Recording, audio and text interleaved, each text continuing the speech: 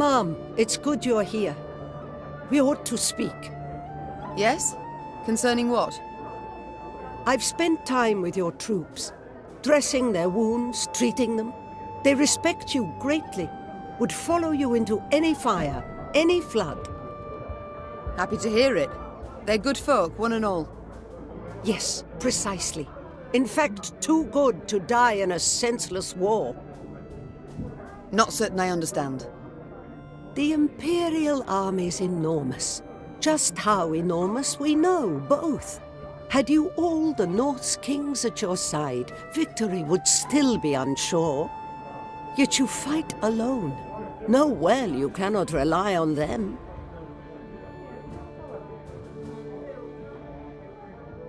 Agreed. Nilfgaard's far better equipped and greatly outnumbers us. Yet, though try, they cannot be everywhere at once. They've stretched their forces thin, too thin. An error I aim to exploit.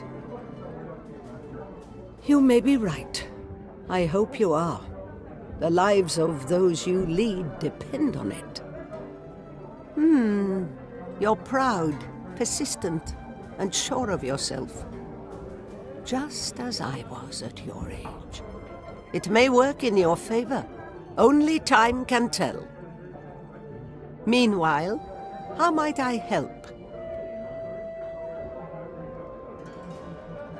You speak with my soldiers a good deal. Said so yourself. I'd like to know what about. Corporal Larkin, ma'am. Do you know him? Captain Oisin, perhaps? Or Lieutenant Tegan? Of course I know them. Among my best. They've served me loyally for years. You know them. But did you know that in fleeing Lyria, the corporal left behind a newborn daughter? His wife was in confinement when you gave the order to march. The corporal could not go to see them. And true, the captain has no wife, no child. But he's not seen his brother in 5 years. Never once been granted leave. Your General Odo's orders always taking precedence. Allow me to guess. You shall now tell me Tegan abandoned his sick mother to follow me. No, ma'am. Count Caldwell's men murdered the lieutenant's kin. Retaliation for his joining your rebellion. He learned of this just recently. Enough. You've made your point. Yet even were I to order them to return, they wouldn't listen. They know they've got nothing to go home to while Nilfgaard occupies our land.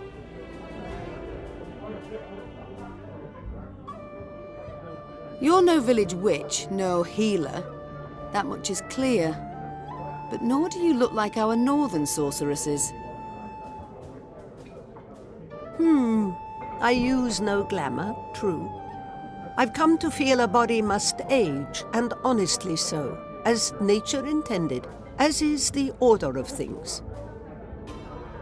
You sound much like a druid drivelling on about balance, harmony, the good that is wrought. Rather poor, their reputation, druids. Yet they're in the right in this regard, I believe. Defy nature's laws, and nothing good can come of it. Is that also why you wear no shoes? Ha! No. I simply like to feel the grass between my toes, the sand, the mud. You must try it sometime. I shall think on it. Thank you, Isbel. Duty calls. I must go. Of course. Should you need me, I'll be here. Yes, Your Grace? How go things, Reynard? You and Gascon get along now, I hope. Well, you might say we've established a certain rapport, Your Grace. Tell me more, friend.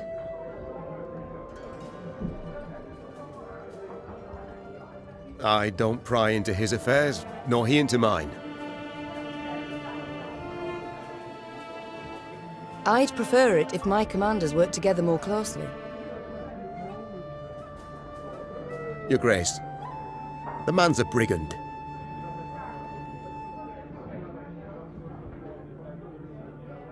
Reynard. He was a brigand. I must disagree, I fear. Yes, he stopped thieving for now, but only because it's convenient, so to speak. Gascon isn't a changed man. He still hasn't an ounce of honor, dignity. Yet he has a unit of armed men, without which we'd be much worse off. Might not even have survived. Agreed. The Strays are excellent fighters. I'd be the first to admit it. I only fear they might turn on us. Leap at our throats when we least expect it. It's time I attended to other matters. Hey ho, how's my favourite queen in the north? You and Reynard, do you get along? Like a cat and a hound. Get it? 'Cause they call me. Yes, your jests are easily understood. Far more difficult to enjoy. That's probably true, in your royal high and mightiness's case. Will you answer my question? We get along because we must. Though it'd be far easier if he pulled the lance from his arse. Haven't heard a truer word in a long while. What was that? Nothing.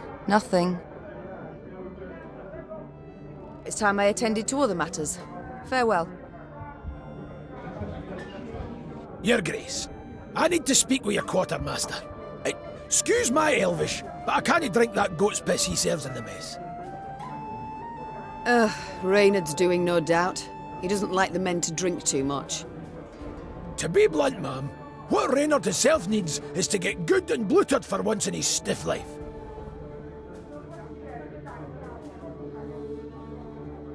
So, I've a proposal for you. A shipment of the best dwarven mead and lager. I can arrange for you to arrive. Trust me, the men's morale's nae like to be a problem when they pour a bit of fire in their guts.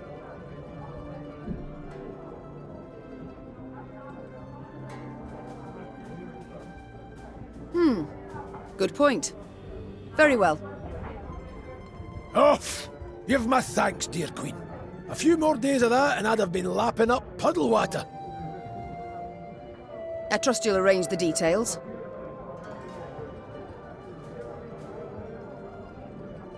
Of course, no worries.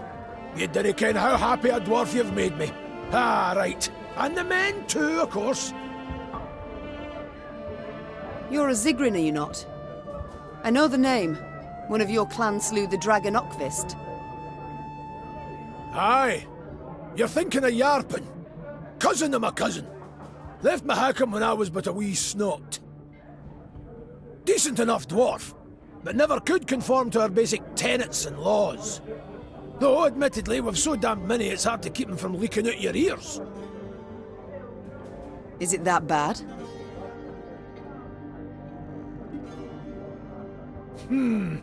I'll put it this way. Among human folk, you cannae steal, brawl, murder. All the basics. In my hackham, we've got laws about how to braid our beards. But I'm no one to complain. The Zilgrins are well-to-do, one of the richer clans. Got more than enough goods to suit our needs. Though, we've got some bads as well. What do you mean? Bah! Nae worth your time. I didn't mean to bother you. Sides, best to jabber of such things over a cold pint. Or keg.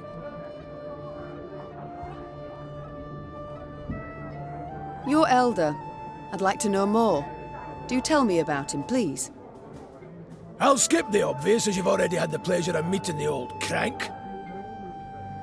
All in all, though, he's nae as scary as some say.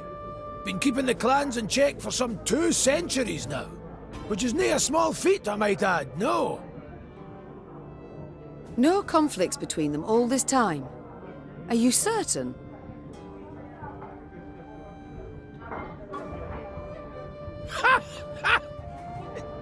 I can't tell if you're jesting. At each other's throats each day they are. Breckenrigs despise the Chives. Dalbergs would scratch out the Hoog's eyes given half the chance. As for us, we hate them arse-licking fuchses.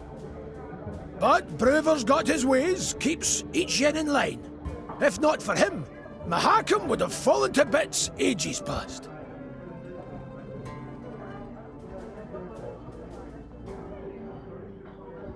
Why?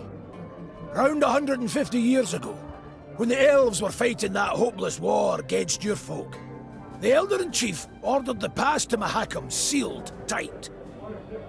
If it weren't for that, we'd have ended up like the pointy ears. As it was, we waited for the shite storm to abate. Didn't open the pass and stretch your legs again till it were safe. Yes, I remember. The manufacturers in Rivia have yet to recover. With all due respect, Your Grace, your workshops forge utter crap. It's nae our fault that human folk prefer dwarven goods. Basic market principles, that's all it is. I feel enlightened, Gabor. Thank you. We shall return to this conversation later. No skin off my back. Be seeing each other, Your Grace. Your Majesty, I've been meaning to thank you for allowing me to join your ranks. Certainly, Xavier. I welcome all foes of Nilfgaard to march beneath my banner. But what did the field surgeon say? Have you not resumed work too soon? I've strength enough to wield a hammer, though my scars still burn and fiercely. My lady, I've seen folk turn and frown at the very sight of me. If my appearance disgusts you, I can... Nonsense. The Nilfgaardians, not you, should be ashamed. You've no reason to hide, no reason to cower. Thank you, my lady. It means a great deal to hear that.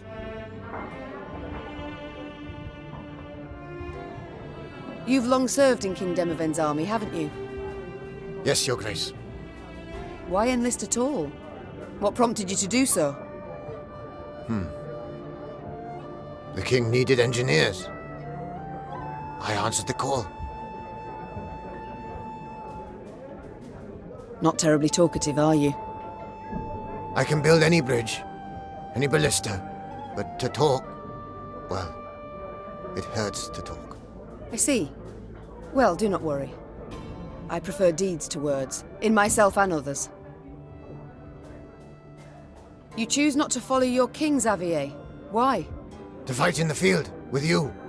This was my wish, my lady. But what of your home? Rosberg must be rebuilt. Engineers are needed. I've no kin in Rosberg. No soul left for me there. All I've left is revenge. I understand. Other matters await my attention. We shall speak later. As you wish, my lady. Yes? Demoven's reason for so fiercely defending Aldersburg. I must say, it caught me quite by surprise. Not me. King went to that brothel every time we stopped at Aldersburg, which was oft. He made sure of that. I told him he'd sting a girl with his serpent one day, but he wouldn't listen. My, I see Demoven couldn't keep anything secret from you. Didn't have a choice, really. When Edern was not at war, I served as his bodyguard, followed him everywhere, and saw everything. My king enjoys life, enjoys pleasures, and indulges often, but none of this has hindered his ability to govern the realm bloody well. Rayla, might I ask you a personal question? Certainly, ma'am, but I can't guarantee I'll answer. You see, Nilfgaard marched into my land, invaded, stole my crown, slaughtered my folk, and topped it all off by turning my own son against me. Yet, the hatred I hold for them's a mere shadow of the passion that grips you. You lust for the blood of every last Scoia'tael. Haven't heard a question yet, Your Grace. What did they do to you, Rayla? What happened to make you who you are? Elves and humans, they can interbreed, but you must know that. My mother was an elf, making me half of one. We lived in a hamlet, and all around us knew. The other children would bully me, beat me, spit in my face. No why, because they feared the Scoia'tael. But powerless, Fully aware they could not defend themselves, they took their fear and shame out on me. The Scoia'taels sow hatred and terror between the races, and that will not change. It will not disappear, as long as their bloody rebellion continues. I must go. We'll speak later. Your Majesty, allow me once again to express my undying gratitude. You're most welcome, Barnabas, but please, we haven't need for any formalities when speaking alone. Well, of course. How might I help you then? I like to know. No, I must know who I travel with. Please do tell me about yourself. About me? I've most civil relations with dwarves, as you saw. But is there anything in particular you'd like to know? Why not start at the beginning? Tell me where you hail from, perhaps. Oh, right. I was born in the distant south, in Tir Tochair. My mother was a washerwife, my father, an armourer. Soon as I'd passed 40 winters and could strike out on my own, I left the family, my native parts. So I've been on the road now about, Indeed. A rather long while. Did the south simply not suit you? Oh, I wouldn't say that exactly. It's just staying would have meant stepping into my father's shoes. Then forging blade after blade, plate after plate. Oh, just thinking on it sets my head a-spinning. Not for me, that, no. No, nature. The world so rich in mysteries, in wonders left to discover, and ways to make it a better place. By building bombs that explode in the hand, for instance. As those bearded fellas say, Mahakam wasn't built in a day. Besides, nobody was seriously hurt by those malfunctions. No. At the moment, have you any invention you've worked on? One that's near complete? Oh, so kind. Oh, wonderful, you should ask. See, I've ever had an avian fascination. For birds, you see. Their wings, bones. The structure's perfect. The aerodynamicism, the plumage. In short, I believe I can fly. I beg your pardon? Yes, I'm learning to fly. Fly. You've not misheard. I, Barnabas Beckenbauer, will be the first gnome... Oh, what am I saying? The first mammal to free himself of the soil's bondage and soar to the clouds. But aren't bats also? A detail. This is no time to be petty. No, but frankly, my preparations are far advanced, and I'm rather optimistic about my design and prospects. I've calculated every trajectory, every force. It all works out. Just need to do a few more field tests.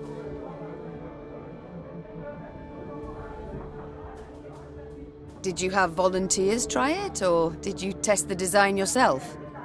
Naturally, I must stay on the ground, who take all the measurements elsewise. Luckily, there's no lack of thrill-seekers in Mahakam. Most eager to etch themselves into the annals. My first prototype, the Skylicker, I dubbed it. Oh, Your Majesty, if you'd only seen the beauty. Flew over 120 ells. Truly? Colour me impressed indeed. Must have made quite the name for himself, your brave volunteer. I'm certain he's caught the eye of every she-dwarf in Mahakam since. Oh no, he's dead. The landing, it was rough. And then a bear sauntered by, didn't help any. Anyhow, as he died, the dwarf swore he regretted nothing. Brave lad. A bit daft, though.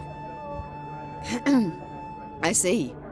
But the next time you request I try one of your inventions, I'd ask you to remind me of this touching tale.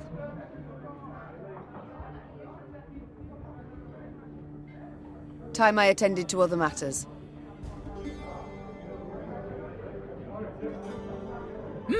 Ah, yes, you're still here.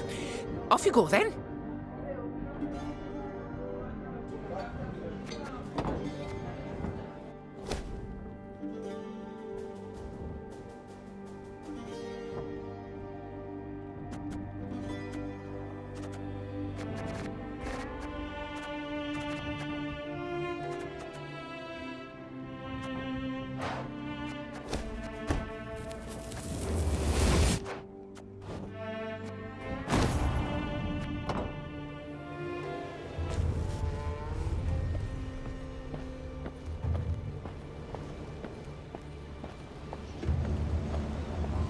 Blackbrook Vale. The name itself embodied infamy. Neve arrived expecting misty ravines, decrepit trees bound in spiders' webs and swarms of bats. What she saw was a warmly gurgling stream and the valley's gentle slopes blanketed in crocus blooms. Only a village of abandoned, ruined huts and a cemetery stretching to the horizon behind it attested to the valley's grim past. The village seems shrouded in a guise. Be not deceived, said the Queen. Reynard! Some men to search the environs for any sign of life. The blood-curdling roar that came from the ruins a moment later proved the Queen's caution warranted beyond any doubt.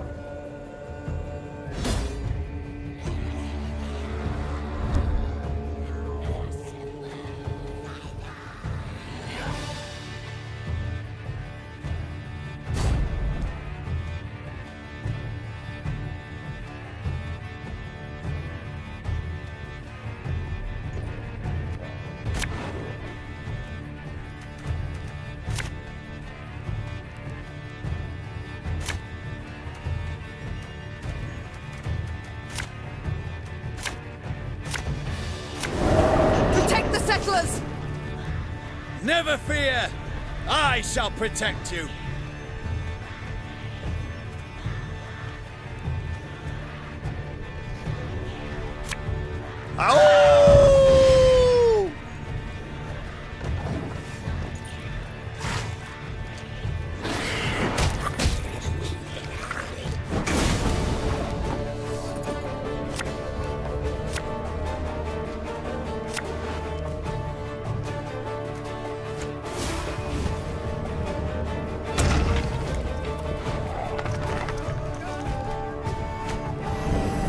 Order!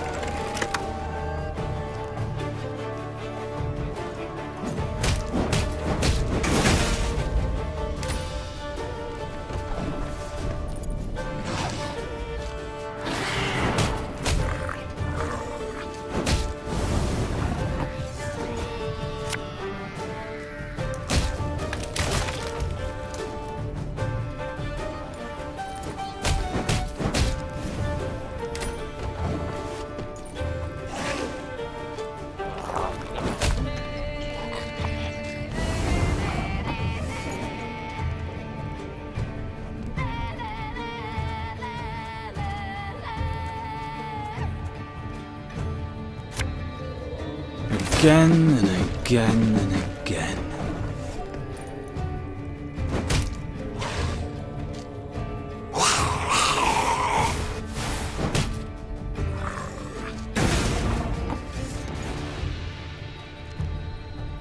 An army's a waste of time for one like me. I'm coming, I'm coming.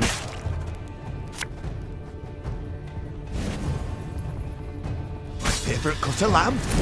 The shank.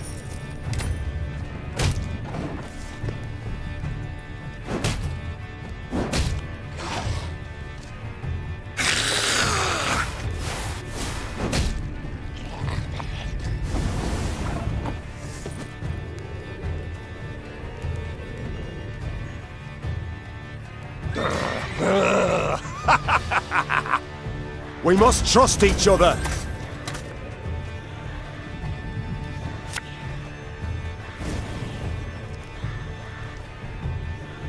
Catch!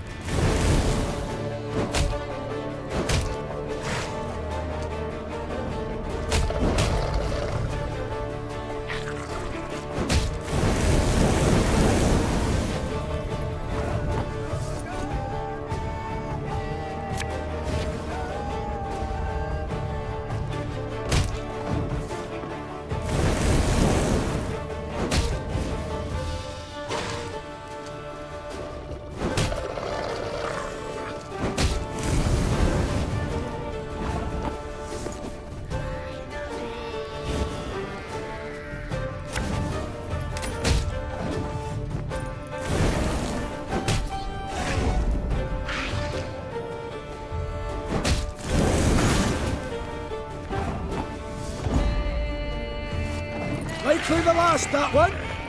Should be safe now.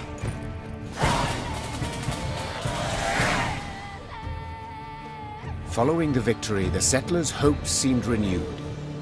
Could the beasts they felled have killed the previous lot of colonists?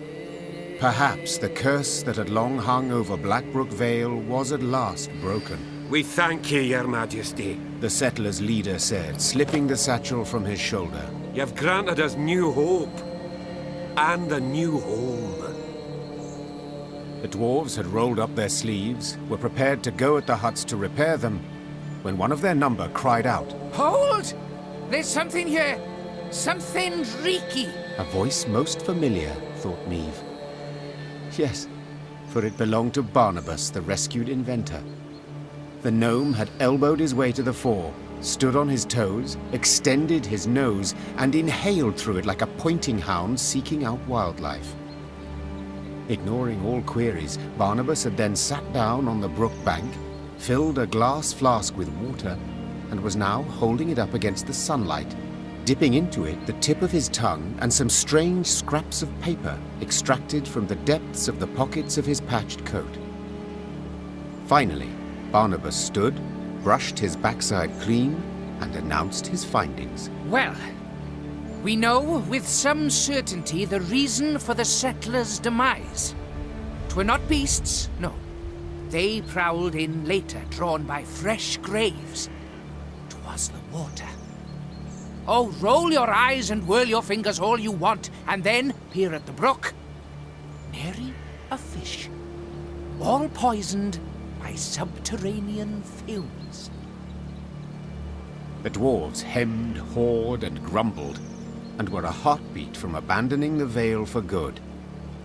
Then Barnabas reached into his satchel and extracted a device of his own making he termed an aqua purificator. That is to say, a water cleaner, as odd as it may seem. You need but siphon water through this straw. Then drink up, worry-free. Thus Meave rode out of Blackbrook Vale, deep satisfaction in her heart. The dwarves extolled her for being bold, shrewd, and wise, while Gabor ensured this praise would likewise reach the meaty ears of Elder Hoog. We're the dwarves of Mount Carbon, hoo-hoo-ha! We feed those suffering hunger, hoo-hoo-ha! Hoo-hoo-ha! But our foes we smash asunder! Aye, aye, aye! Aye, aye, aye! Spill me ale and get a pound and hoo-hoo-ha! Hoo-hoo-ha! Such is life neath the mountains, aye, aye, aye, aye, aye, aye! We're the dwarves of Mount Carbon, hoo-hoo!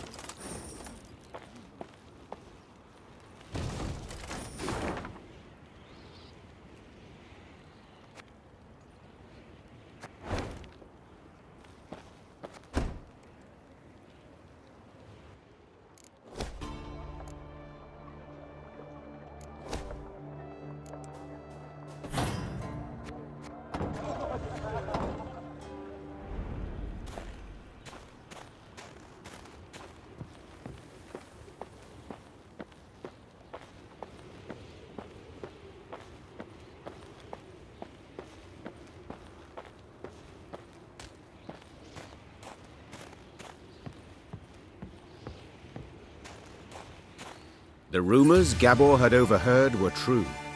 Scouts returned with news of a cavern at whose mouth lay rotted logs, an indication that something of great weight may have been rolled inside. Chests full of gold, for instance. Then again, paw tracks clearly showed some beasts had made the cave their home. Right. Decision time. Enter or scramble back down, said Gascon, rubbing his hands together for warmth. Please hurry. This frost is downright biting. We've scaled this high.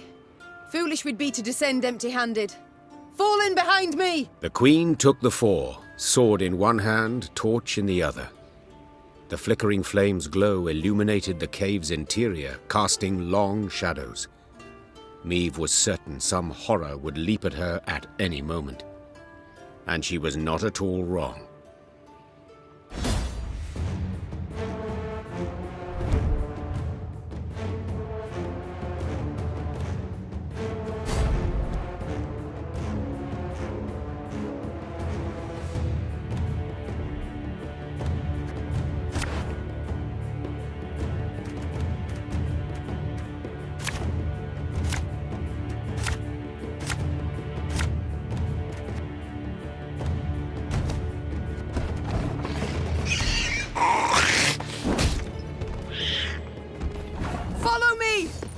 together now!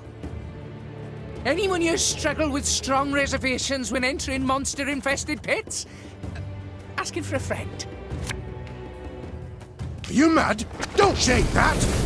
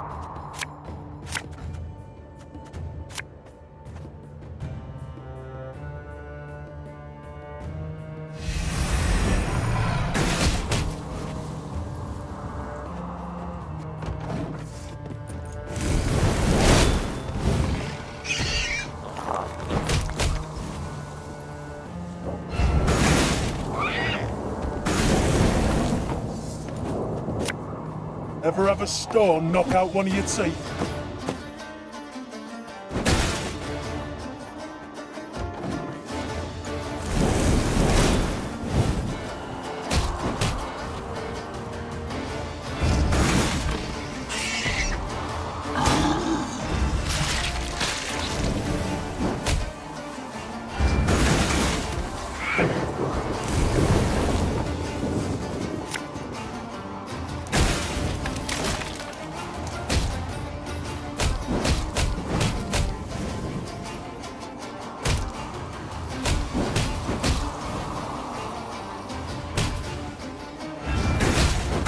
Treasure trove ought to be close now. Come on.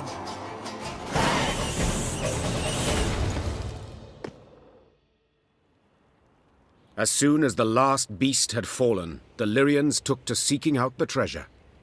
Soldiers dispersed throughout the caverns in a rush, penetrating every last corner. Finally, one called out, Got it! Got the treasure! Right here! Treasure! Shiny stuff! A number of steel-reinforced chests lay up against the cavern wall.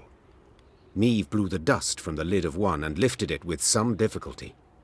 She had hoped for gold and jewels, bars of Mahakaman steel at the least. Instead, she saw thousands of time-tarnished copper coins with a hole through their centre. What's this bloody crap? Tokens of some sort? Aye, that's right. Holy Guldens, we call them. They're, currency in Mahakam. Get our wages in them. Use them to cop victuals and hooch. What of arms, armour, tools? Nah, all that's given to us. Clan provides it. Is that what you need? Weapons? Oh, feel the Egypt now. Brought you here for no reason. Yet these tokens, they can be exchanged for other coin, can they not? Temerian orens or Novigrad crowns? Aye, doable in theory, but not at all clever. Rates are crap. See, the elders keep 'em low to make life difficult for dwarven folk. Discourage 'em from leaving Mahakam.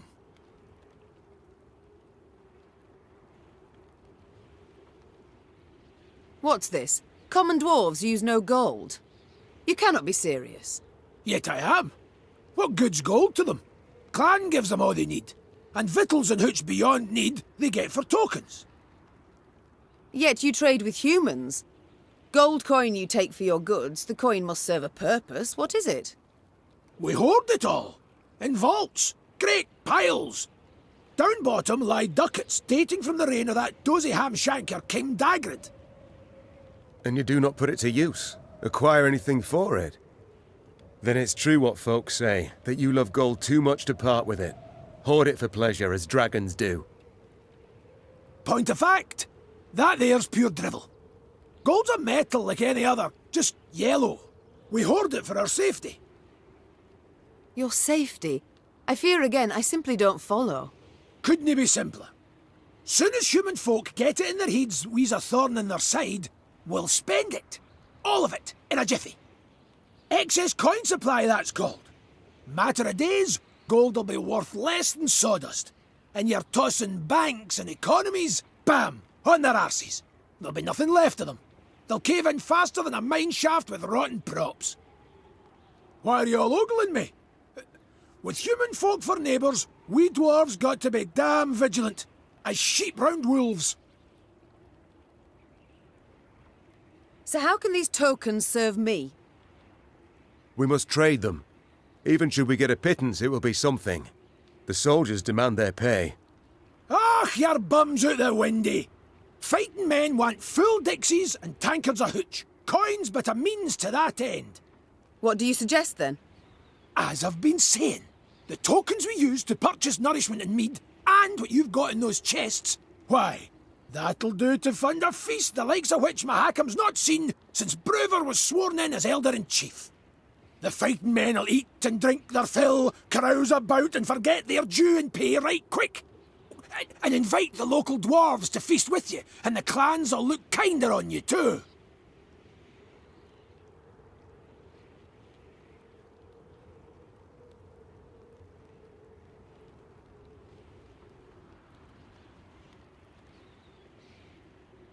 Caution be damned! Your Grace, I feel obliged to remind you we are at war with Nilfgaard, and every copper... Should go to building our army, I know. But we live but once, Reynard. Sir Gabor, take the tokens, and arrange me a feast so grand that Ebdahi himself shall hear us revel. As Meave's force could not possibly fit in a tavern, the feast was laid out in a storehouse. Crates arranged in rows served as tables and benches, while the windows were festooned with lion's foot and pasque-flower. Great barrels of mead, cognac, and vodka were rolled in, and when the soldiers saw this, they broke out in cheers and laughter that lasted till dawn. Pour us another round, you lovable Lyrian bastards! For he's a jolly good a jolly good dwarf.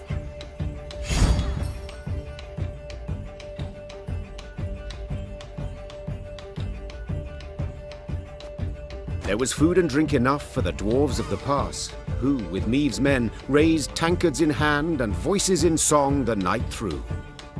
To see them sharing tales and playing cards, one would not believe that anywhere down the mountains, through woods and across plains, humans and dwarves might, for the softest slight, leap at each other, murder in their eyes.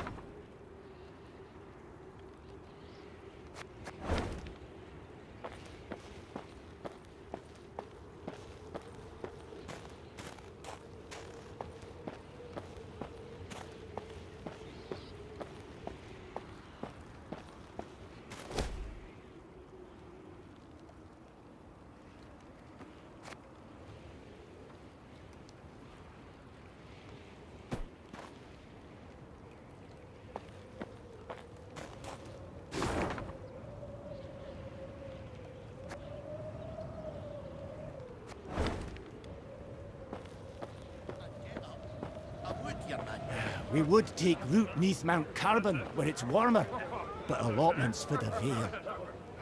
Curse of Blackbrook Vale's been undone! And by a human wench! Curse of Blackbrook Vale's been undone! I'd get up. I would, your majesty, but my arse is frozen to the ground.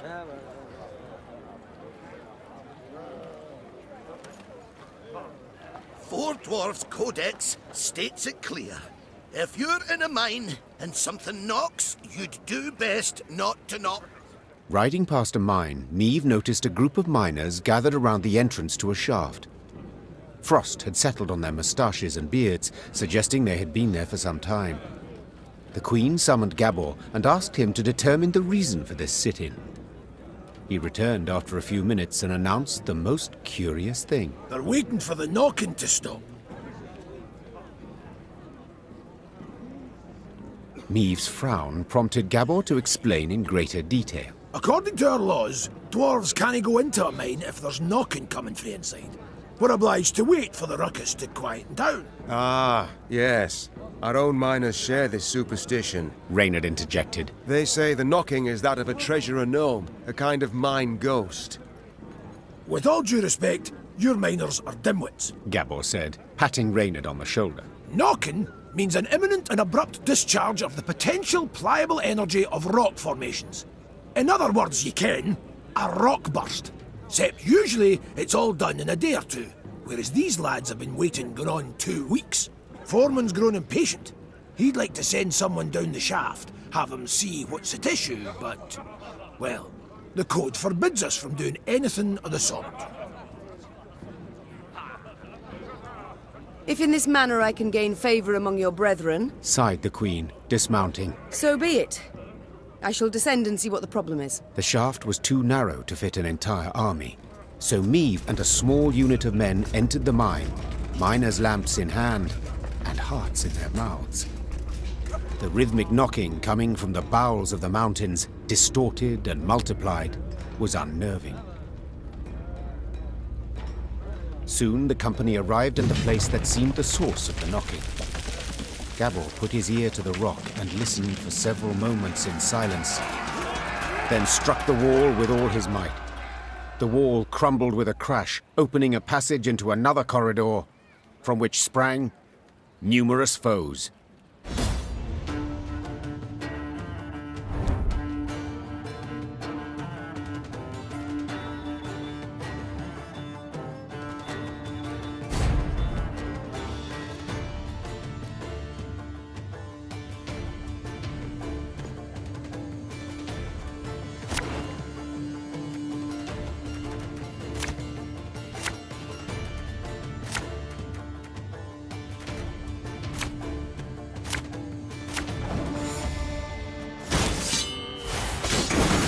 Did you hear something? What was that? My gnome senses are telling me. Those definitely aren't ghosts. I smell a leak.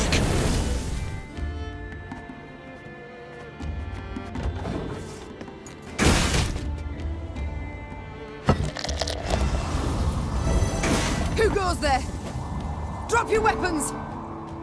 Nay, you drop yours!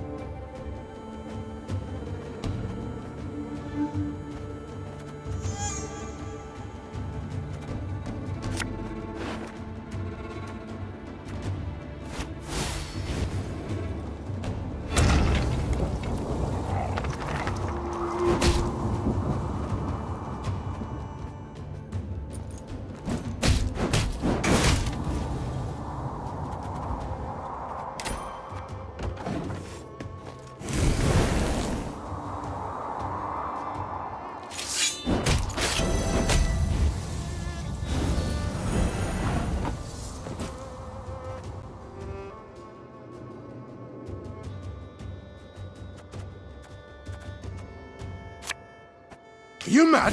Don't shake that!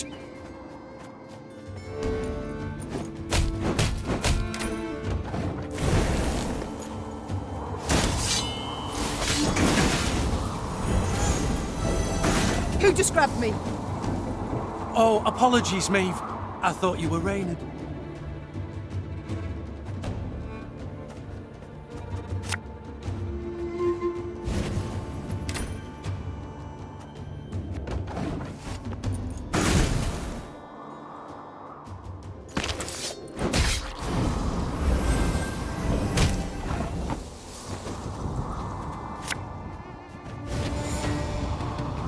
Thing about slings, they hide well.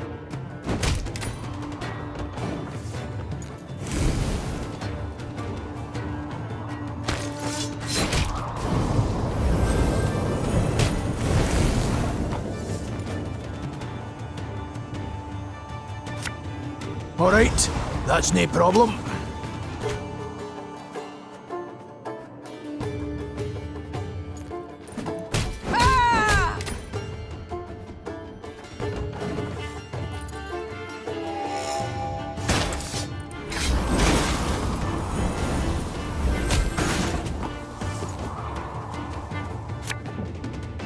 My favourite cut of lamb?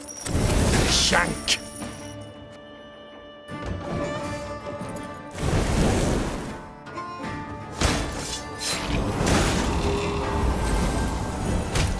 Reynard! Are we winning? I can't see a bloody thing!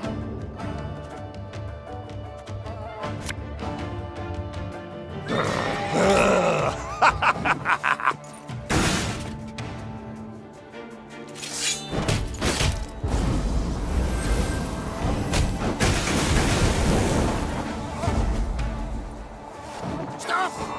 Stop! We surrender!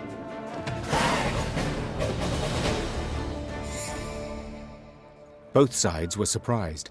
Both fought in the weak light of torches, nearly down on hands and knees. In the end, the Queen emerged victorious, and as soon as she had returned her sword to its sheath, she asked the new prisoners a question that was on everyone's mind. Who the devils are you? The captives looked at each other in disbelief, as if before them stood a ghost. Finally, one of them managed to choke out a response. Your Highness, we're your subjects. Meve recognized the accent at once. The men came from Rivia. But what were they doing so far from home? According to the prisoner's account, after the Nilfgaardians' invasion of their kingdom, terrible poverty gripped the land. Seeking bread, some desperate inhabitants had gone to the mountains of Mahakam, engaging in wildcat mining in search of precious ores. Without asking the dwarves what they thought of this, You know yourself, my queen. explained one captured Riv. They guard their treasure real jealous-like, don't care a whit about the suffering of others. They see us starving down in valley and don't lift a stubby finger. Sadly, the Rivians had dug close to existing corridors. When Gabor destroyed the wall that stood between them and the dwarves, they were convinced they were being attacked by monsters, so they raised arms in self-defense. Maeve, 'tis a tough nut to ken, said Gabor. but let's nae kid ourselves. These men are thieves, and we must hand them over to the Mahakaman Guard. So they may do what? Sentence them to hard labour, or hang them at once? Said Reynard, his usual calm shaken and his voice raised. These are your subjects, Queen. They coveted their neighbours' goods, true, but only because they had nought themselves.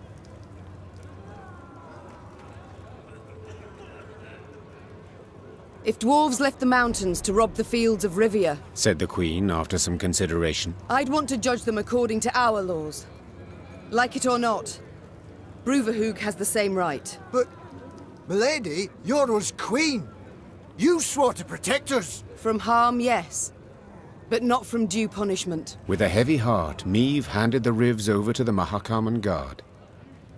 What happened to them, I cannot say for certain, but they were not seen again.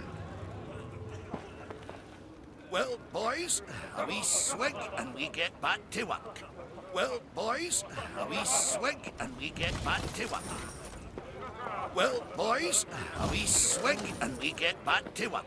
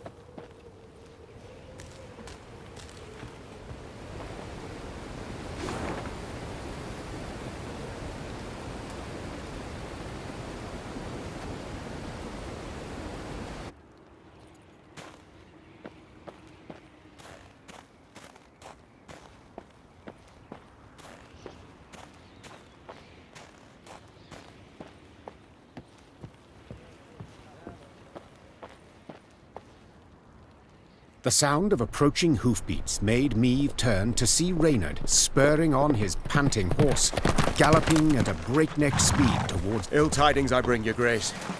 Clearly. Glad tidings never arrive with such urgency. Our scouts captured a Nilfgaardian messenger. He was travelling in disguise, and by night. When he realized his capture was imminent, he strove to destroy the letters he carried. We were able to salvage some, in parts. Anything of interest? Yes, there is, I fear. Your Majesty, you must listen. Consider your offer accepted. Direct Meave and her force to the agreed site. We await their arrival. Your reward shall be as agreed. Hail, Keritsa. A traitor.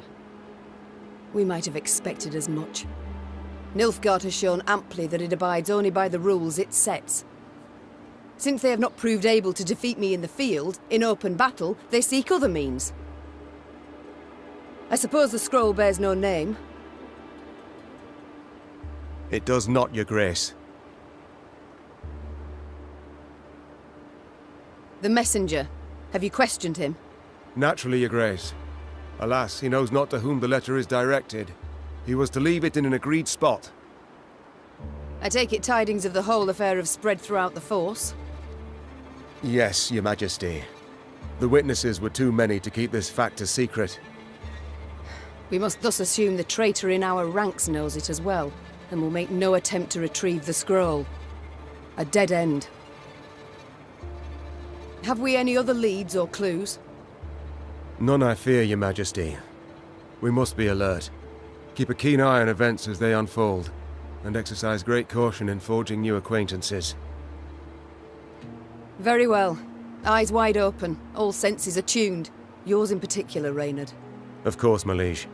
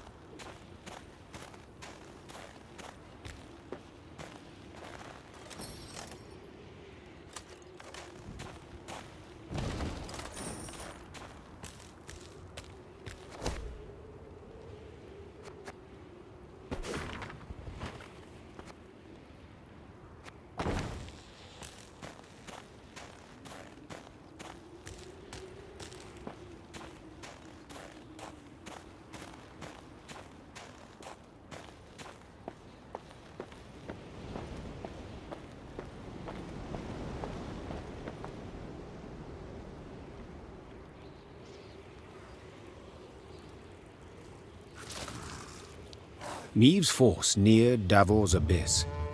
Signs of beastly feasting were not hard to find. Countless paw and claw tracks were impressed in the blood-stained snow. Among the boulders, bones picked clean were strewn about. Gascon lifted one from the ground. Empty inside, he said. Something sucked out the marrow. Meave's soldiers feigned indifference to the grisly sight. They marched on, their stepped rhythm unwavering, a song on their lips. Yet hearing a slight tremolo in their voices, Meave knew they merely sought to drown out their fear. A moment later, a commander's horn sounded, the signal to halt. The Queen galloped to the fore of the column and found herself at the edge of a vast, round hole in the ground. She could not see the bottom. Meve drew her reins tight to prevent her mount from taking even one step forward. What is this? A crater? A desiccated lake? A mine of the strip variety. Gabor explained. Treasures we picked and shoveled for here. Diamonds. Till we happened on the beasts, that is. What now? Orion's a dam. Holds back a lake. If we can break it, water'll rush in, fill the abyss and the tunnels from which the beasts emerge. Just need to get around the mine first. Way down's on the other side. Meve squinted and gazed into the distance. Indeed, there was the dam. And at its foot, a swarm of beasts roiled about. Her soldiers gazed at their queen expectantly, their arms at the ready. She knew well they would rush into battle, in spite of their fear. Gabor! Meve cried out over the whirling wind. Have you bards here in Mahakam? Course, your grace! Then we shall give them good reason to compose this day, on the themes of courage, of heroism, of Lyria! Gee up! And with that cry, the queen spurred her mount, grabbed a banner, and raising it high over her head, rushed headlong at the horrid swarm.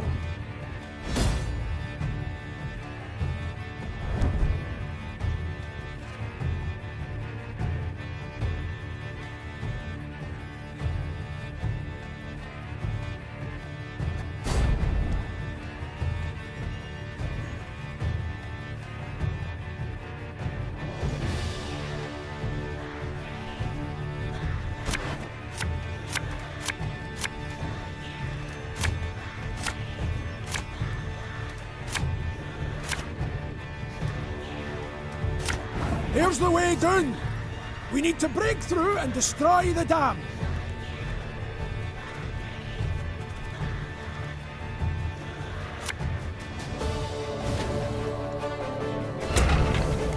I'm coming, I'm coming.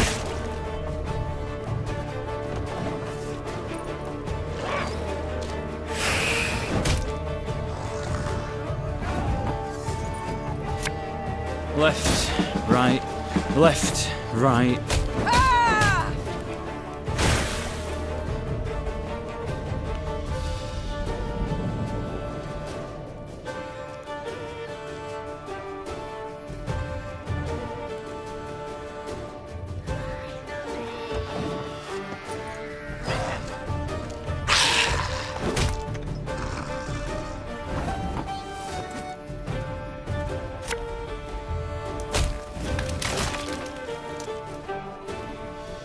Again and again. Feel any burning? See a local healer or wise woman?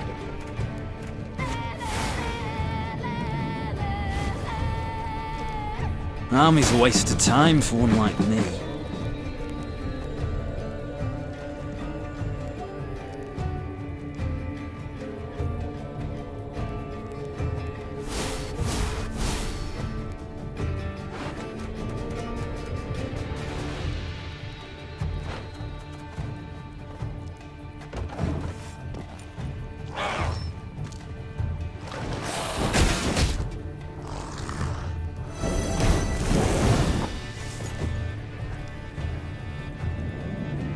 Watch your heads! Getting to work.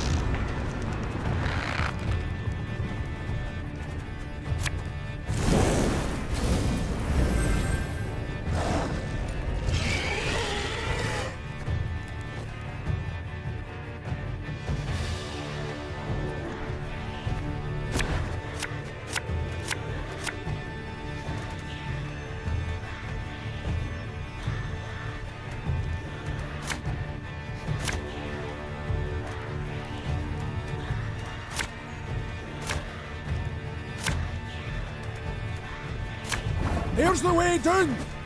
We need to break through and destroy the dam!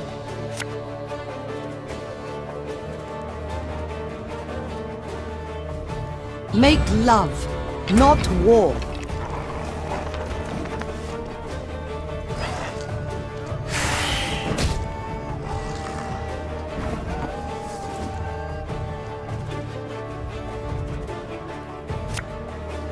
This could hurt!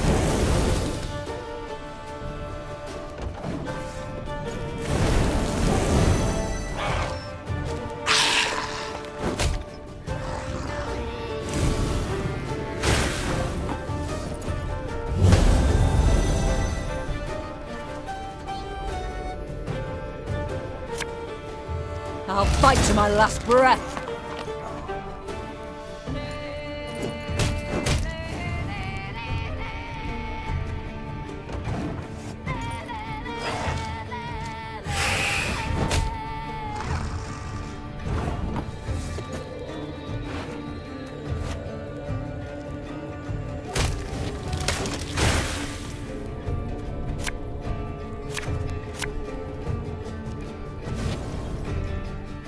I'm coming, I'm coming.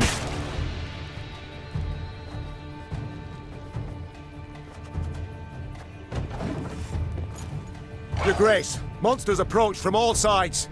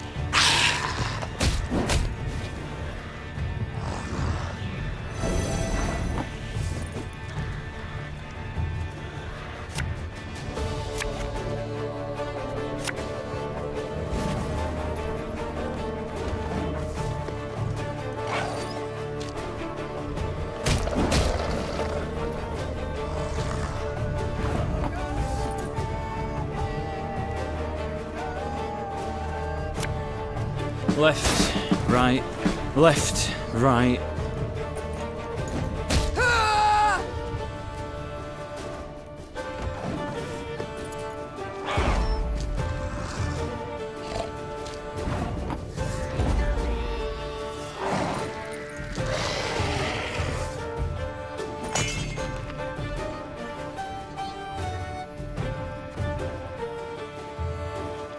And indeed, bards sang of this battle soon after. For no claws or fangs could break through the wall of shields the Lyrians raised that day. And no scales could protect the beasts from the Lyrians' stinging arrows and blades. Fight!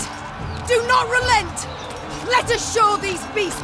It is they who should fear us! The Queen shouted. In the end, the beasts turned to flee, yet Maeve's force cut off any chance of escape.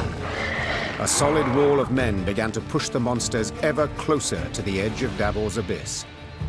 Pressed from all sides, the horrors began slipping over the precipice, screeching terribly as they fell.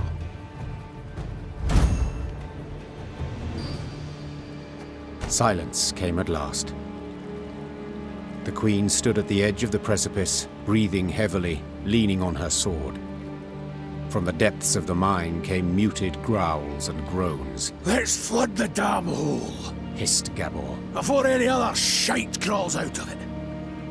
A rush of icy water suddenly rose, then just as abruptly plunged into the mine, flooding the pit. And where once lay Davor's abyss, now lay Davor's pond. Maeve descended back into the pass, exhausted and covered in beastly blood, yet also exceedingly pleased. She was one step closer to dwarven support in the war against Nilfgaard. Once the Lyrians had put some distance between themselves and the now destroyed monster lair, Maeve ordered her men to pitch camp. Then she sent the quartermaster off for food and drink. The soldiers lit campfires, then set aside their weapons. Soon after, lively music and song could be heard throughout the camp. Your Majesty, Reynard said from behind Maeve's back. A messenger from the Elder-in-Chief. The Queen turned to see a dwarf in a richly adorned jerkin and a shako with golden seams. She stifled her laugh into a smile and lifted her chin proudly, expecting praise and a pledge of aid in the war against Nilfgaard. My lady, your daring deeds have come to the Elder's attention, said the dwarf in a measured voice. He's positively irate and demands an explanation. Irate? But why? I and my men, we've aided you greatly. Elder Hoog awaits at the Long Bridge. You'd be wise not to keep him there any length of time. And with that, all the Queen's enthusiasm for a celebration was instantly gone. She waited until the fires expired and the songs died down, then gave the order to march.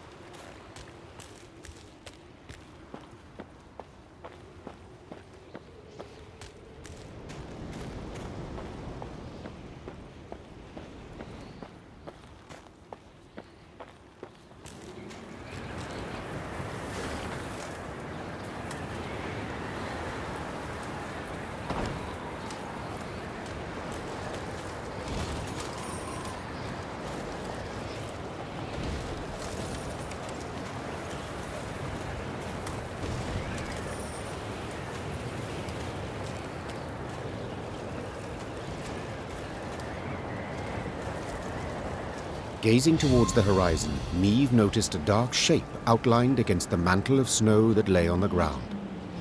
It proved a tower, toppled and broken in pieces. Around it lay the ruins of other buildings, blocks hewn out of basalt rock protruding from the permafrost. That'd be the Clan Vidmar ruins, said Gabor, hollering over the wind. Rich ones had their clan seat here till earth tremors turned all into dust. Hundreds of dwarves lived here once, and now, not a living soul. Help! Save me! On the contrary, there was someone midst the ruins, and said someone was clearly in trouble. Niamh ordered her men to find the unfortunate soul. They returned moments later, leading a dwarf whose teeth chattered. They had found him in a ruined building where he'd sought shelter from ghouls. Judging by his appearance, the dwarf had spent the better part of a week there.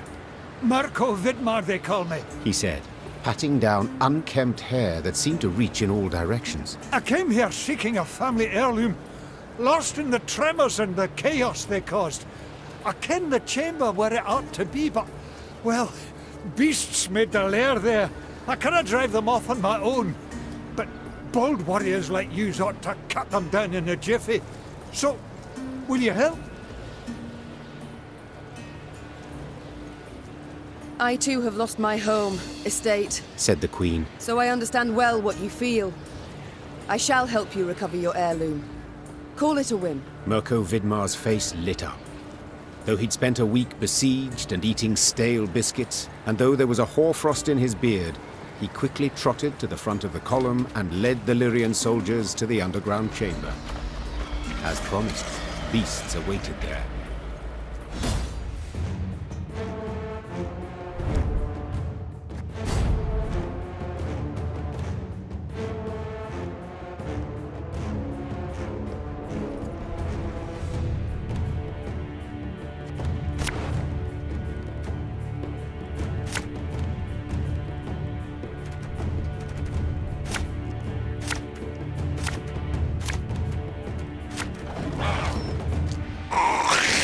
The ruins! From there they come! Drive them back!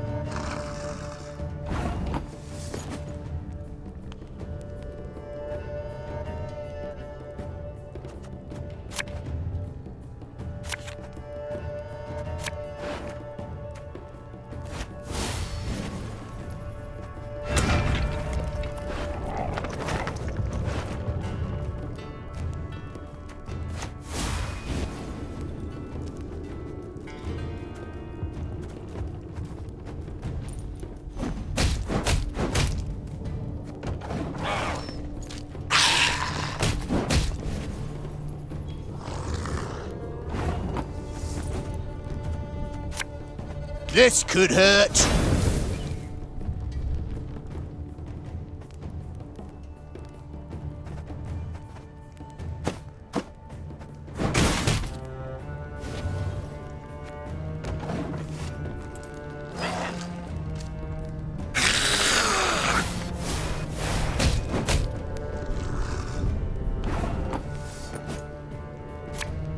The chase is on!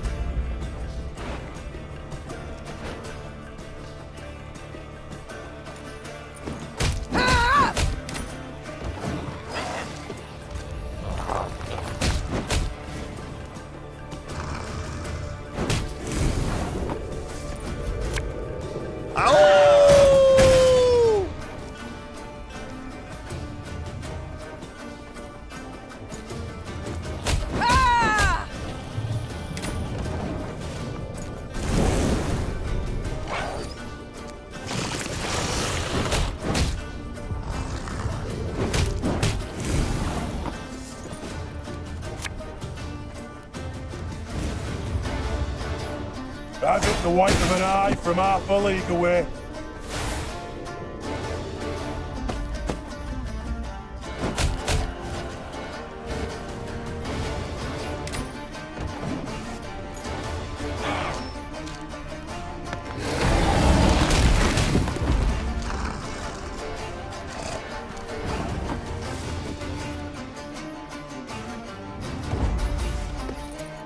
Let's get a move on before any others show up.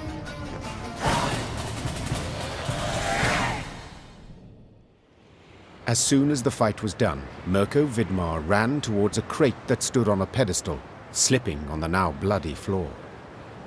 When the dwarf lifted the lid, precious stones spilled out. Your heirloom? This? Asked the Queen, rather puzzled. I thought a pipe that belonged to your grandfather more likely.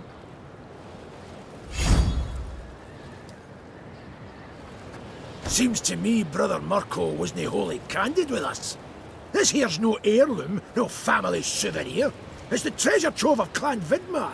We thought it gone for good. Pressed for the truth, Mirko admitted no family sentiment had prompted this expedition. The dwarf had planned to leave Mahakam and start a new life among humans. Yet he did not wish to do so without sizable capital.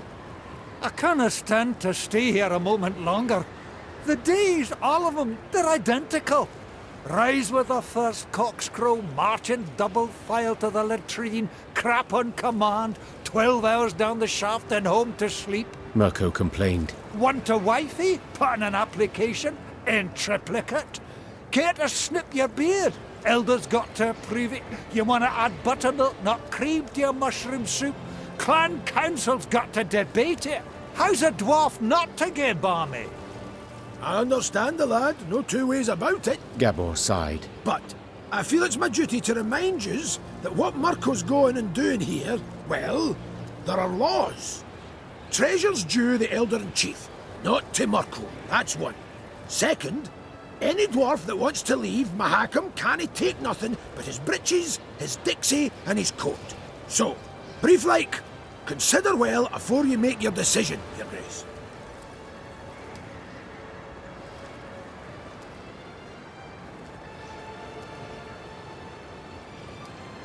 I sympathise, Mirko, said Neve. but I'm a crowned head. I must decline. National interest requires I show the greatest possible care for my relations with Elder-in-Chief Hugh. Yet in aiding you, I could sour those greatly. I shall return the treasure to him, I must. While you do what you will. Mirko Vidmar swore under his breath, then jostled his way through the Lyrian infantry and into the mountains, towards human lands.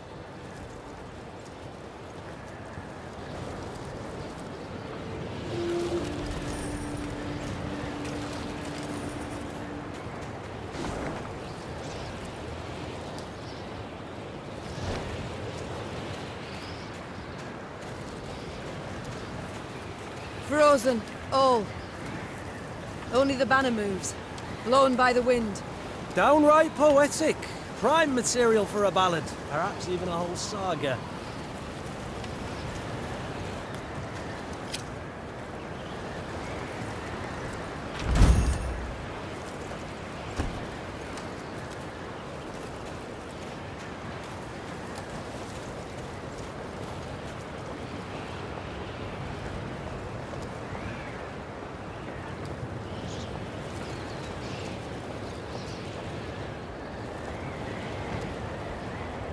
The Lyrians rode a narrow, winding path along the rocky ridge. To one side were ice-covered boulders, to the other, a chasm hundreds of feet deep. They could have at least erected some barriers, complained Gascon, knocking snow from his cap. Got plans for that? Gabor said. Just need to decide how high to make them. What? Think. Should they be the height of your average dwarf or a human? The debate's gone on for 20 years. On the one hand, you've got... Gabor did not finish his discussion. He was interrupted by the Baba Ghazi that jumped down from the rocks. Archers! Shoot! Aim for underbelly! Neve's soldiers made quick work of the lone monster. But the sound of battle spooked the horses harnessed to one of her wagons. Whoa there! Whoa, damn it! The driver tried to rein in the animals, but could not. They dragged him into the chasm along with his cart and the soldiers riding in it. They landed a few dozen feet below on a rocky outcropping. A moment later, Baba Ghazis swarmed everywhere.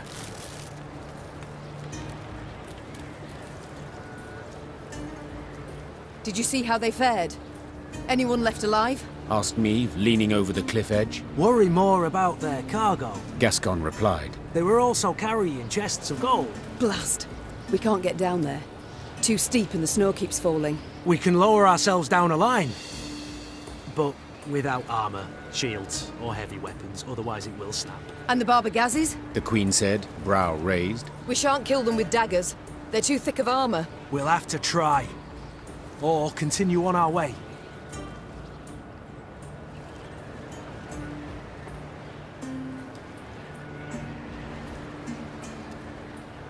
You only live once. Meve sighed. Gascon, round up some volunteers and let us move out. Moments later, the Queen was lowering herself down a line straight towards the gaping maw of a Baba Ghazi, her only armor a woolen shirt.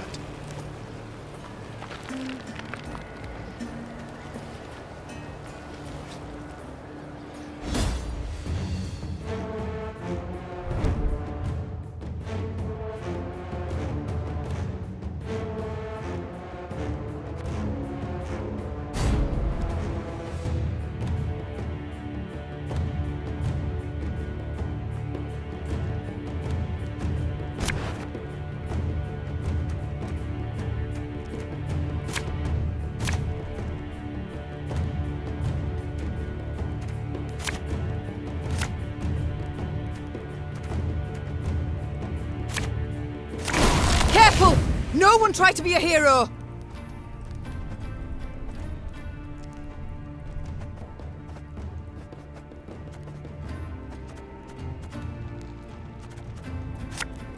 You mad? Don't shake that!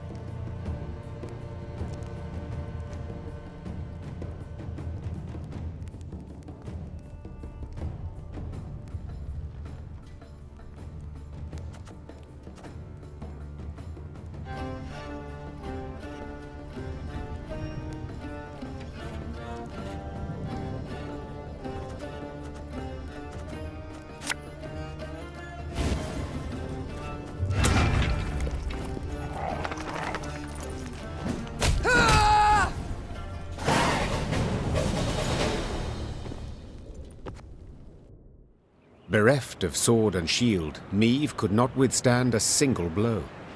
She thus danced atop the frozen snow, deftly dodging the Baba Ghazi's lightning-fast strikes, while delivering but a few well-aimed hits of her own, to their eyes, ears, and gaping jaws. When the last monster fell lifeless to the ground, Meve walked up to the shattered wagon. The soldiers it had carried were bruised, frostbitten, but alive. Your Grace, we were sure you'd leave us. A good ruler never abandons her folk. Nor her gold, Gascon interjected, while securing a rope to a chest. Soon enough, all were safely back on the path. The admiration Meve saw in her soldiers' eyes was in itself sufficient reward for her difficult battle.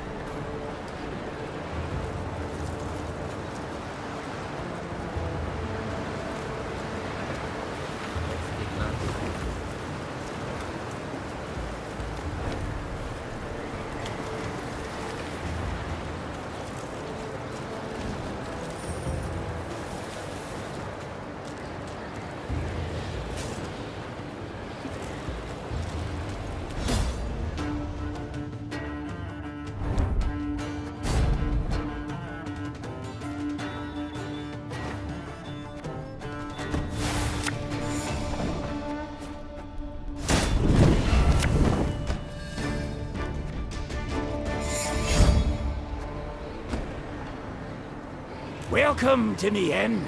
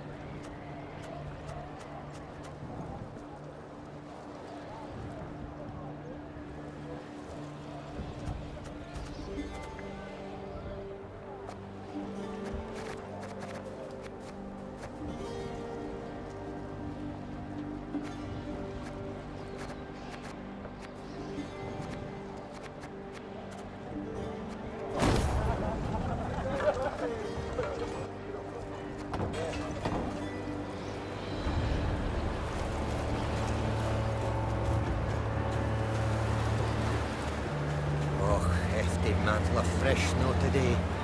Got a blow before too long, bring a rush down. Oh, cold as up a Shilemar's ass. Braving the snow in those meagre coats, are ye? Truly. Thought yourselves here for a spell afore moving on. Oh, cold as up a Shilemar's ass.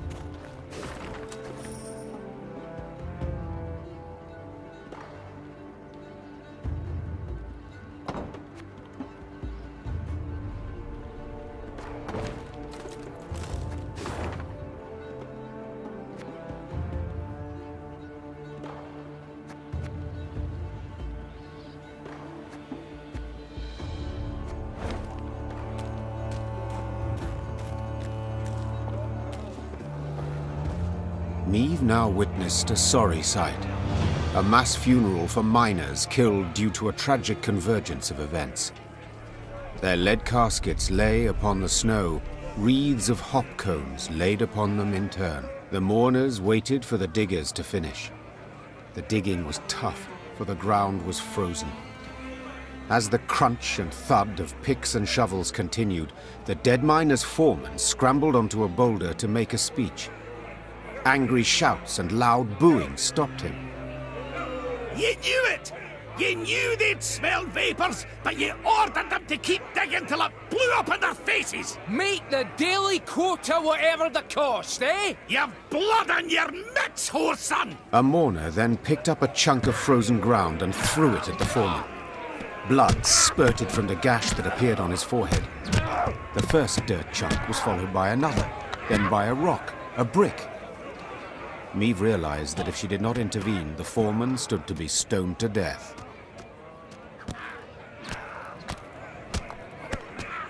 Something had to be done quickly. Niamh saw this clearly.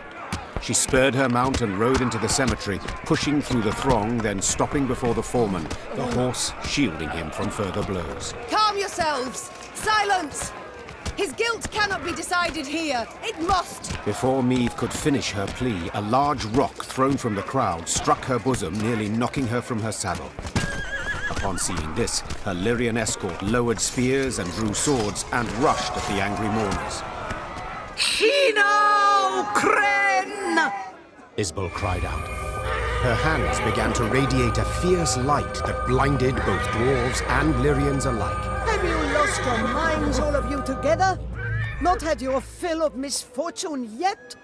Lower your arms at once. Whether the power of Isbel's magic or the force of her appeal had the greater effect is difficult to say for certain.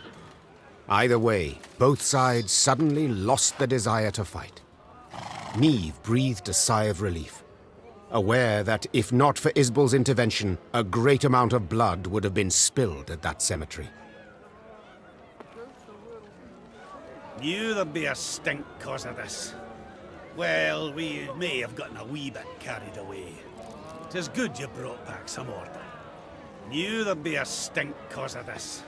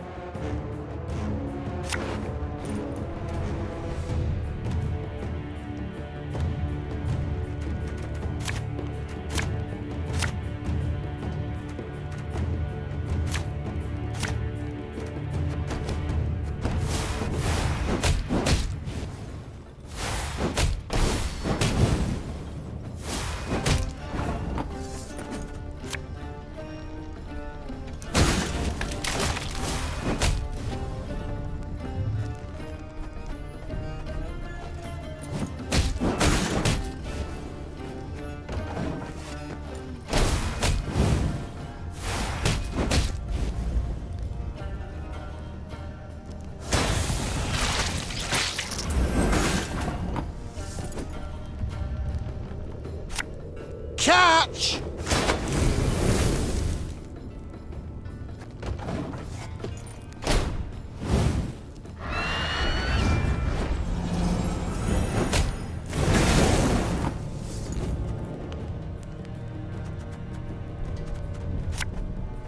Bigger they are, easier they are to target.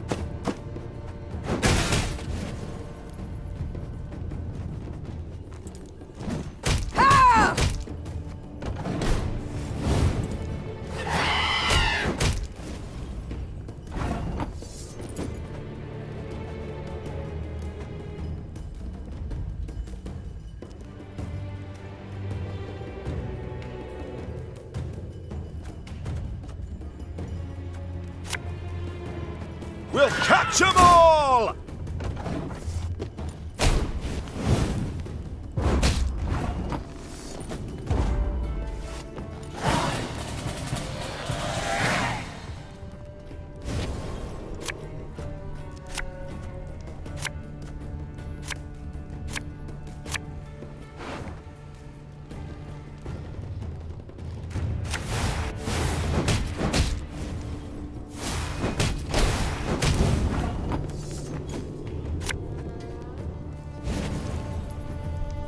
For the Queen!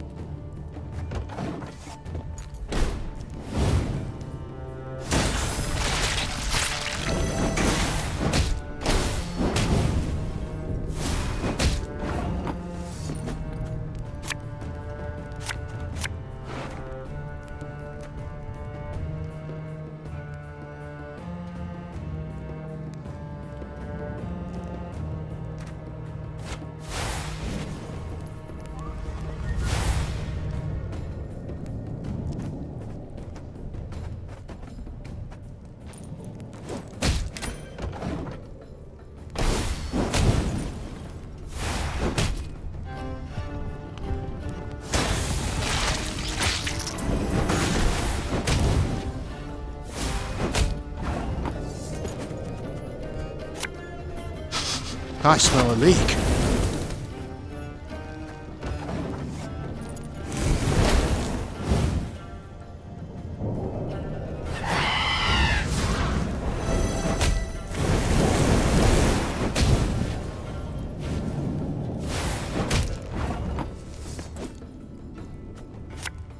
Thing about slings, they hide well.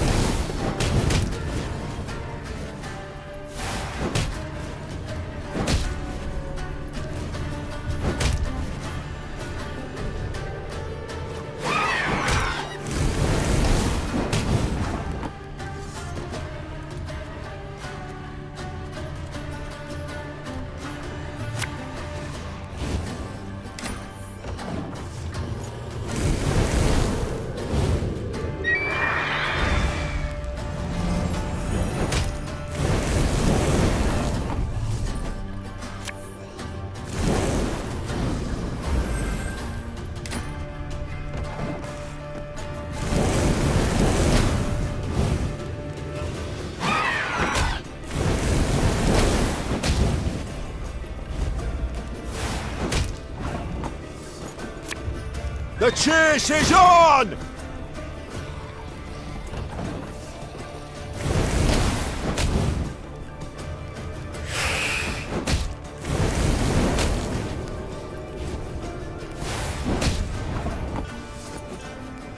Are you mad? Don't shake that!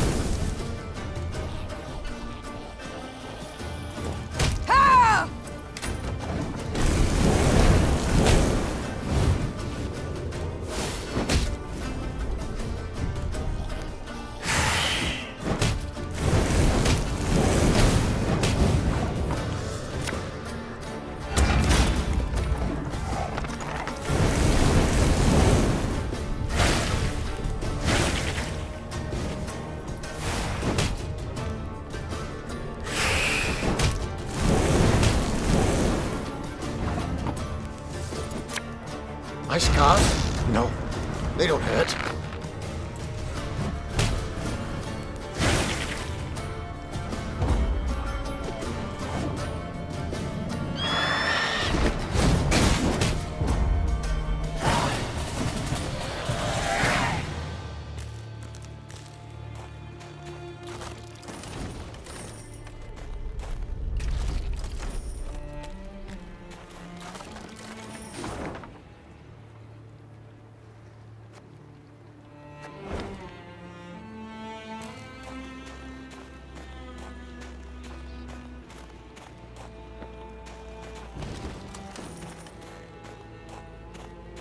The Lyrians ascended the highest section of the Mahakam Range. Snow crunched under their boots, cold air stung their lungs, and the wind snapped at their cloaks. Meve wiped sweat from her brow and turned to Reynard. There! By the rocks! We shall... The rest of her words were drowned out by a powerful blast. The entire mountain rumbled with a low, vibrating roar. The sound grew louder, echoing off the rocks, splitting their ears. The Lyrians looked around, disoriented. Few heard Gabor's warning. Dinna just stand there! Get behind the rock! Quick! Hurry! Meve followed the dwarf's gaze and cried out in terror. The snow stuck to the mountainside had started to slide down the slope, sending up mists of icy dust. Before she could react, the white torrent knocked her to her knees, crushing her and smothering her into the ground.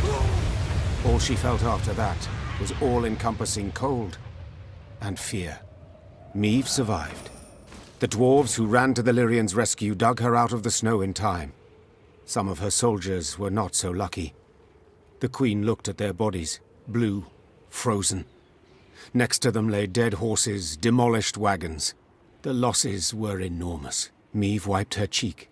Her tears burned her frozen skin. Gabor spoke a while with the leader of the Mahakam Guard Patrol that had come to their rescue. His face was dour. What? What have you learned? I'll tell you all in good time. First, you need a warm drink, good victuals. No, Gabor. I need to find out what in blazes happened here. Well, it was an avalanche. Of course it was an avalanche. I'm no fool. But what caused it? What was that noise? Signal horns. Ours. So you brought this snow down on us? Dwarves! Well, aye, but, unawares. Explain, in brief. See, we clean our mount regularly. The way menfolk shovel snow off their roofs. Otherwise, the whole shebang would come tumbling down on our heads. When snow's gathered deep enough, we blast our horns to cause a controlled avalanche. Then we need to, sweep up a wee bit and the road's safe. All well and good, but why did you decide to clean up right as I was passing through? I'm wondering that myself. Schedule says next cleaning should have been a week frae now, but someone asked the route to be cleared earlier. Who? Meve, I'll tell you. But first, promise you'll... Who? Hey. Owain ep Glenvok, the Nilfgaardian emissary. Think it were meant as revenge for attacking their caravan. The bastard. Reynard! Reynard! Wait! Wait! I understand you're a wee bit upset, you've every right. But you'll never prove Owain meant you harm. The sly weasel will make sure he didn't dirty his own paws. I've no such scruples. I'll find him and kill him. And then? How'd you tell that tale to Bruva? Meve, you're justly torped, but for the love, just this once, let it go.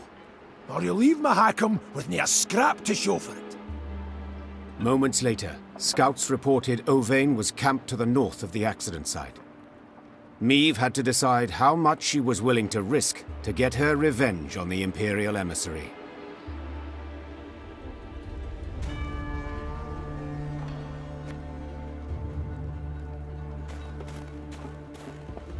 By the Elder's sideburns, I'd no notion anyone was in the Vale. Nilfgaardian said the road was clear. Ah, whoresons.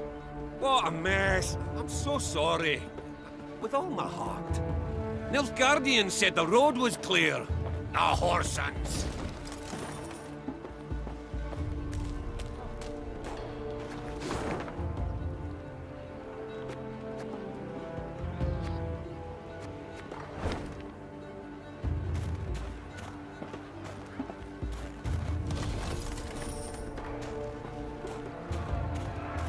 While passing the mining settlement of Kolstock, Niamh heard the sounds of battle. Hey-ho! Into the fray, lads! Expecting she would see monsters swarming dwarves, the queen set off at a gallop to the rescue.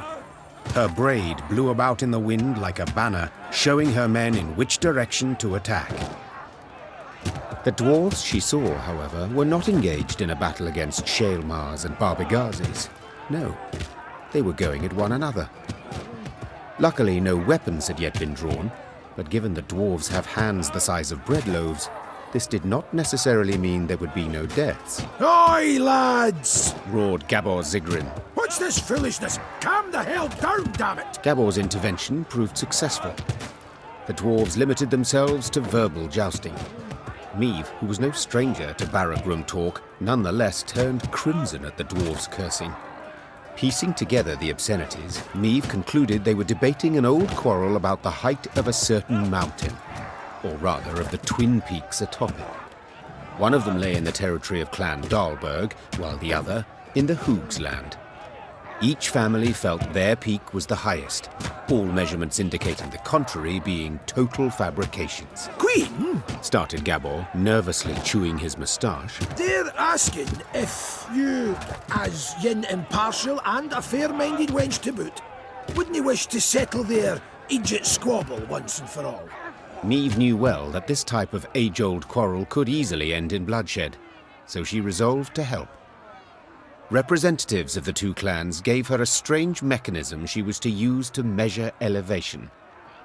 All that was left was for the queen to button her coat up to the neck and scale the twin peaks. Time to end this delicate feud, once and for all.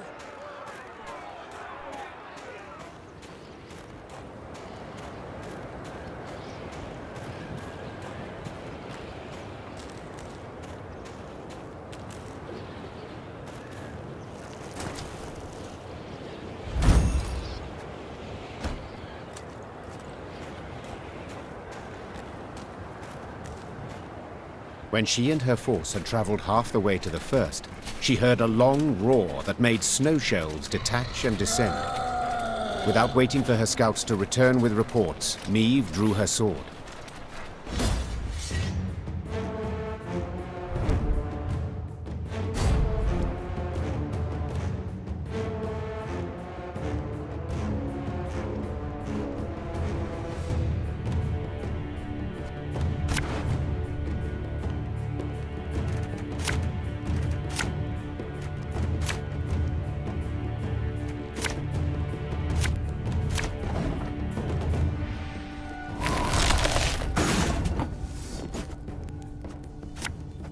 Left, right, left, right.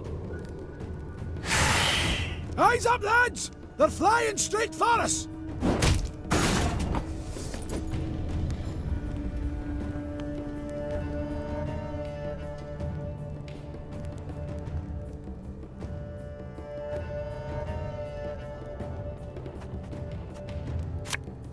Again and again and again.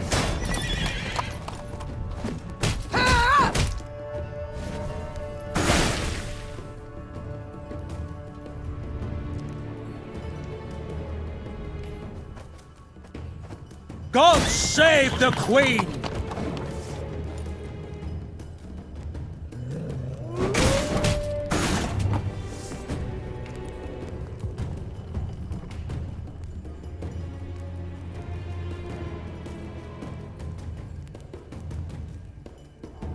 The chase is on! This could hurt.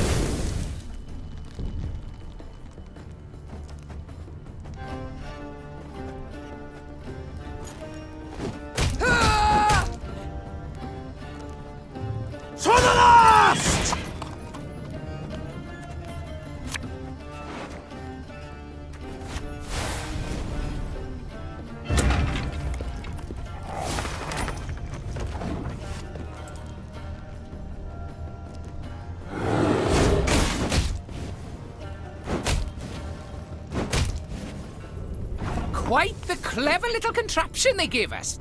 Work of a gnome, of course.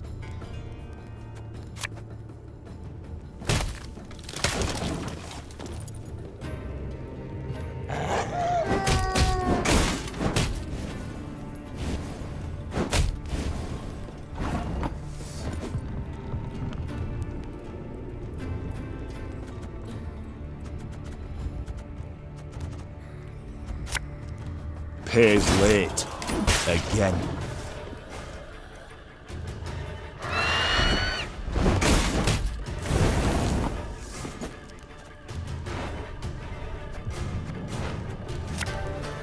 Tell me you jest. Wise choice.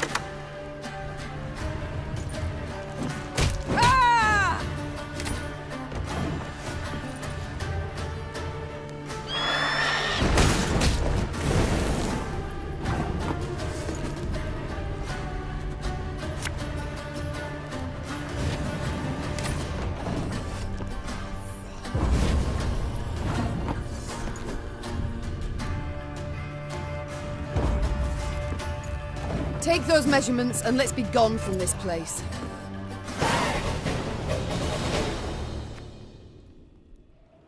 The Lyrians managed to repel the monsters and reach both peaks. Upon each, Meve ordered her men to take the measurements.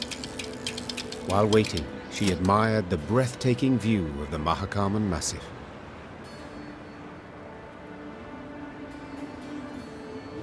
The dwarven contraption left no room for doubt. The peak within the Dalberg clan territory was 2 feet higher than that within Hoog territory. Gabor was clearly displeased with the results. Damn it all! I'd hoped you'd prove Brewer's clan was in the right. He'd have been content to see the Dalbergs knocked down a peg or two, and, possibly, he'd have been more inclined to help you. Said the dwarf in frustration. Then, after a pause, he added, Although, only you saw what the device showed, Queen. Perhaps you could, recalibrate the results a wee bit? 'Tis most lowly and ignoble. Ake cried out in protest. A knight his honour would never stain with such a lie. To lie would be simple, true. Said Meve. Yet to forget the matter would be so much harder. No, Gabor, I shall tell the truth. The Queen's tone made it clear the discussion was over. Gabor let the matter lie, and Meve's force began its descent down the mountainside.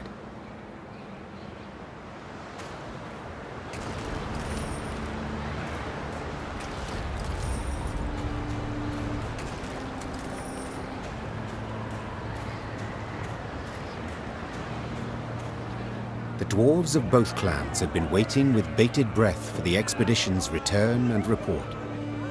As soon as Meve announced the results, the Dalbergs rolled barrels of beer out into the square and began to celebrate. Naturally, the Hoogs were disappointed, yet they accepted Meve's results as final. Dalbergs are the dwarfs we need, every hoogs are dunderheed! Dalbergs are the dwarfs we need, every hoogs are dunderheed!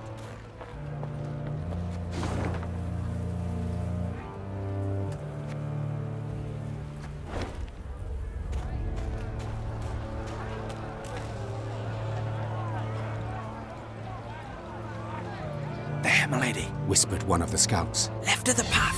Meve squinted. The Nilfgaardians had taken shelter from the falling snow under a rocky outcropping. The smell of roasting meat wafted from their campfire, and echoes of laughter could be heard. The black-clad soldiers had reason to celebrate. They had just decimated Meve's company without even drawing their weapons. Meve's gaze caught something else. A metal container into which the Nilfgaardians tossed bones once they'd been gnawed clean. It looked strangely familiar. Only after a moment did the Queen understand it was an overturned Lyrian helmet dug out of the snowy grave of one of her men. The Horsens. Meve hissed. They'll pay for this. Meve!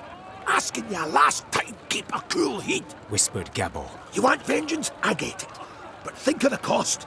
If so much as a hair gets plucked from Owain's head, Brewer'll never forgive you, and you can kiss any hope of aid goodbye. Silence followed, finally to be broken by one of the scouts. Milady, What's the order? Do we attack?